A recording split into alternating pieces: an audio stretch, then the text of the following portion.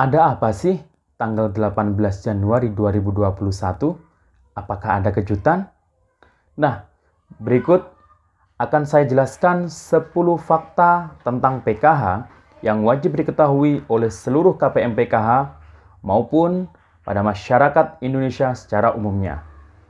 Simak terus video ini sampai akhir pada penjelasan video berikut ini.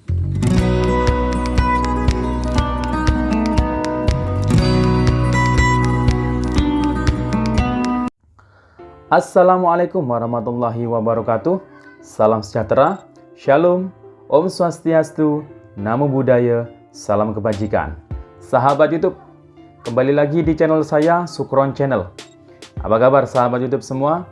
Semoga sahabat YouTube semua diberikan kesehatan, dilancarkan segala urusan dan usahanya, dan diperbanyak rezekinya. Amin. Sahabat YouTube, pada video kali ini saya akan memberikan informasi dan kabar.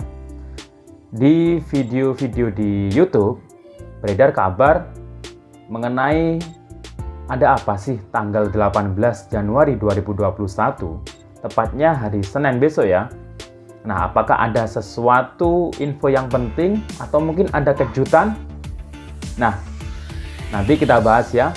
Dan yang paling penting, kita nanti juga akan membahas mengenai 10 fakta tentang PKH yang harus diketahui atau wajib diketahui oleh seluruh KPM PKH maupun seluruh warga masyarakat Indonesia secara umumnya. Nah, sebelum saya melanjutkan informasi ini, silahkan yang baru bergabung, subscribe dulu channel ini dan tekan tombol loncengnya agar sahabat YouTube semua mendapatkan pemberitahuan video terbaru dari Sukron Channel.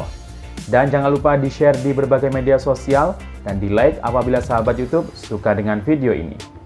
Oke sahabat YouTube, kita lanjutkan pembahasan pada video kita kali ini.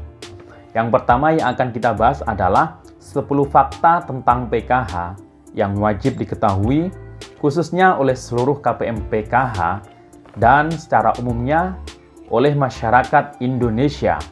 Yang pertama, 10 fakta tentang PKH adalah PKH merupakan salah satu program prioritas nasional dalam bentuk bantuan tunai bersyarat.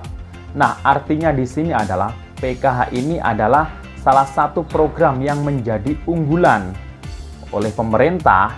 Jadi secara nasional ada program pemerintah ya, secara nasional ini PKH merupakan salah satu program yang diunggulkan dalam bentuk bantuan tunai namun bersyarat.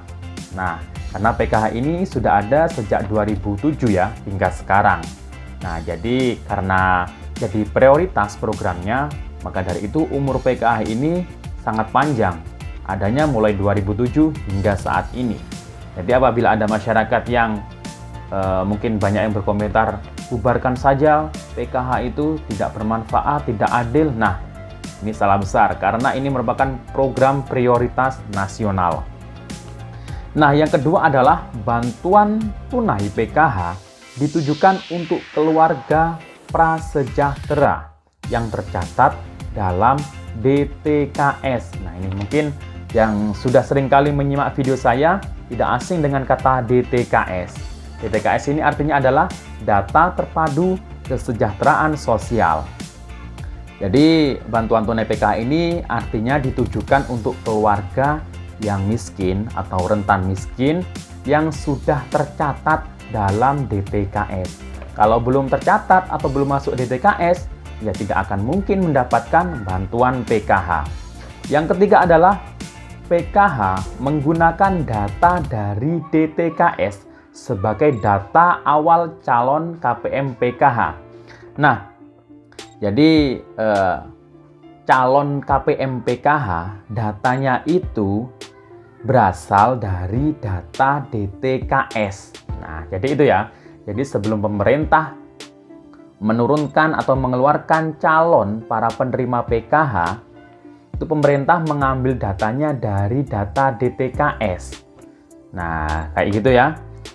Jadi DTKS ini jumlahnya ini silakan dicek saja ya di websitenya dtks.kemensos.go.id. Di sana ada. Jadi total jumlah DTKS ini adalah 20 juta keluarga. 27 juta lebih kalau nggak salah. Sedangkan yang dapat PKH ini kuotanya hanya 10 juta. Jadi tidak semua yang masuk dalam DTKS itu secara otomatis mendapatkan bantuan PKH. Ya, PKH-nya hanya 10 juta, tapi yang masuk data DTKS ini keluarganya sejumlah 27 juta. Kemudian yang keempat, untuk menjadi KPM PKH, calon KPM PKH harus melalui proses validasi. Jadi calon penerima PKH ini harus divalidasi dulu oleh pendamping PKH di daerahnya masing-masing. Jadi karena bersyarat tadi, jadi validasinya itu apakah ekonominya ini masih termasuk dalam keluarga miskin atau rentan miskin. Yang kedua, apakah syaratnya itu memenuhi menjadi peserta PKH. Jadi tidak sembarangan ya, ada syaratnya di PKH itu. Ya, tidak boleh seenaknya sendiri masuk PKH. Kemudian jumlah penerima bantuan tunai PKH ada 10 juta KPM atau peserta di seluruh Indonesia. Nah, jadi jumlah peserta atau KPM PKH ini 10 juta se-Indonesia. Nah, tadi saya sudah jelaskan data orang atau warga yang masuk di DTKS itu berjumlah 27 juta lebih. Sedangkan yang dapat PKH 10 juta. Jadi, tidak semua orang yang sudah masuk dalam DTKS itu otomatis mendapatkan PKH. Nah, jadi ada kuotanya ya. Termasuk BPNT, ini kuotanya sekarang 18,8 juta. Jadi tidak semua yang masuk dalam DTKS itu juga mendapatkan bantuan program pangan non tunai atau bantuan kartu sembako. Kemudian bantuan tunai PKH selalu ditransfer melalui rekening Bank Himbara milik KPM PKH. Nah ini, jadi yang dapat PKH itu pasti sudah dapat kartu KKS yang merah putih itu. Nah itu juga sebagai ATM ya. Nah, ATM bank penyalurnya adalah Bank Himbara. Bisa BRI, BNI, BTN, atau BNI. Nah, jadi PKH ini sangat kecil sekali untuk diselewengkan dananya. Karena selama KPM PKH masih memegang kartu KKS-nya, itu tidak akan mungkin ada pihak lain. Terutama pendamping atau ketua kelompok yang bisa melakukan pelanggaran atau penyelewengan terhadap dana KPM. Karena dana bantuannya itu langsung ditransfer melalui kartu KKS KPM PKH masing-masing. Jadi, saya sarankan di sini siapa saja tidak boleh memegang atau membawa kartu KKS KPM PKH kecuali pemilik kartu KKS KPM PKH sendiri. Oke? Jadi dipegang sendiri ya kartu KKS-nya. Kemudian yang ketujuh adalah komponen PKH ada 3, yaitu kesehatan, pendidikan, dan kesejahteraan sosial. Nah, jadi tadi syaratnya adalah di dalam keluarga tersebut yang menjadi calon peserta PKH apabila divalidasi itu juga harus ada 3 komponen: pendidikan, kesehatan, dan kesejahteraan sosial. Kesehatan ini meliputi ibu hamil dan anak usia dini umur 0 sampai 6 tahun. Kemudian pendidikan ini anak usia SD, SMP, dan SMA. Nah, ini jadi maksimal SMA ya. Kemudian kesejahteraan sosial ini meliputi lansia, usia minimal 70 tahun, dan disabilitas berat. Nah, oke. Cukup mengerti ya. Kemudian yang ke-8 adalah pemutakhiran data di PKH dilakukan setiap bulan oleh SDM PKH. SDM PKH ini meliputi pendamping, kemudian disetor ke APD atau operator tingkat kabupaten, provinsi, kemudian ke pusat. Nah, pemutakhiran ini biasanya misal ya,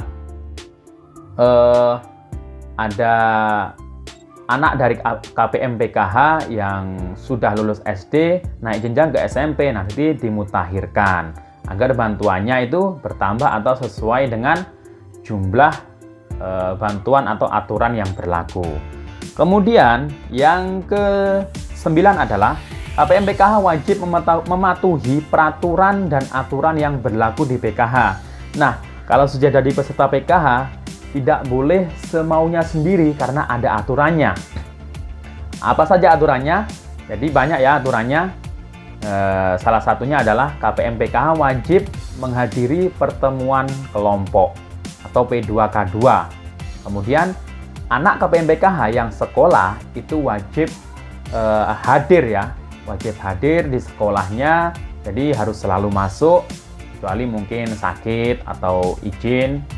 Jadi nanti ada kehadirannya itu nanti setiap pendamping akan memverifikasi ke sekolahnya masing-masing untuk mengecek berapa persen kehadiran anak dari KPM PKH yang sekolah di sekolah tersebut. Dan juga di kesehatan, yang punya anak usia dini atau ibu hamil, wajib memeriksakan kandungannya atau anaknya di posyandu atau fasilitas kesehatan terdekat. Nah, ini juga nanti dicek di absen juga ya. Kemudian yang terakhir adalah PKH akan menghapus kepesertaan KPM PKH yang sudah tidak memenuhi syarat dan kriteria yang berlaku di PKH. Nah, itu tadi ya 10 hal atau 10 fakta yang tentang PKH. Nah, kemudian ada apa di tanggal 18 Januari 2021? Nah, ini kayaknya nggak ada informasi penting apa-apa ya. Karena memang sebelumnya surat perintah bayar yang pencairan tahap 1 termin kedua itu mulai kemarin itu sudah banyak yang cair. Namun hanya sebagian ya, dan sebagiannya data yang error atau data yang anomali yang bermasalah di DTKS-nya ini masih dalam perbaikan. Jadi sabar, ditunggu saja para KPM PKH yang belum cair bantuannya maupun para KPM BPNT yang belum cair bantuannya. Nah, BPNT sendiri ini yang sebelumnya penerimanya adalah sekitar hampir 20 juta karena tahun ini juga dikurangi jumlahnya 18,8 juta. Jadi banyak yang tidak mendapatkan BPNT lagi. Nah, oke sahabat YouTube, demikian informasi dari saya.